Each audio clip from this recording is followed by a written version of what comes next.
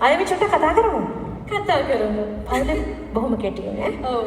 මේ අපිට පවුලේ විස්තර කියන්න මම දන්නවා පවුලේ තුන්වෙනියා කියලා. ගෑනු ළමයිම ඉන්න පවුලක්. අපිට චුට්ටක් විස්තර කියන්න. මෙයාට දැනගන්න.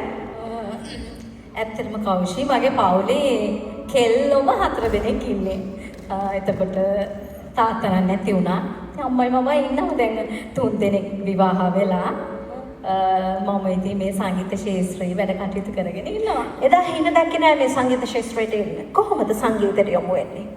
කෞෂි මගේ අම්මට සින්දු කියන්න පුළුවන්. එයා හරි ආසයි මාව මෙහෙම දකින්න. අම්මත් එක්ක හැමදාම මුමුණට ගීතයක් තියෙනවා. මගේ ඉල්ලීමක් තියෙනවා. මොකද්ද? පුංචි පේලියක් ඒ ගීතේ කියමු. හැමදාම අම්මත් එක්ක කියන ගීතේ. දුරු කෙලියා. මම ඒක තව චුට්ටකින් කියන්න. තව ටිකකින්. ඔව්. හරි. අපි ආරම්භය එහෙම ගමු. අම්මා ගැන කියද්දි ඇය පොඩ්ඩක් එහෙම තමයි. හරි.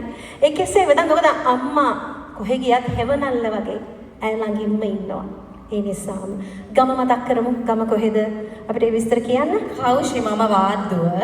හැබැයි මම දැන් පදිංචි වෙලා ඉන්නේ කොළඹ වත්තර මුල්ලේ.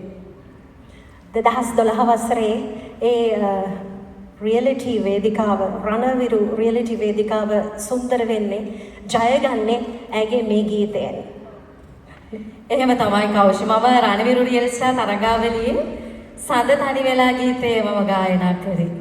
ඒ ගීතෙට මම කැමති වුණේ ඇයි කියලා දන්නවද කෞෂි? කියපු මේ අයට ඒ ගීතයට ඇත්තටම මම කැමති වුණේ අපේක්ෂා චිත්‍රපටයේ මාලනී ෆොන්සේකා මහත්මියගේ රංගනය නිසා. ඉතින් එතුමියට උපහාරයක් වෙන්න නිවන් දකින්න ප්‍රාර්ථනා කරන්න මම හිතන්නේ එතුමිය දායක වුණ නිර්මාණම ඇති. අනිවාර්යෙන් 1978 වර්ෂයේ අපේක්ෂා චිත්‍රපටයේ ඉතාම සුන්දර ගීතයක්. එහෙනම් ඇය සෝදානම් ඔබව ලස්සන කරන්න. ආගෙදු. මේක මගේ ආත්මයේ ගීතයක්. ඔබලා හැමෝම රස විඳින්න.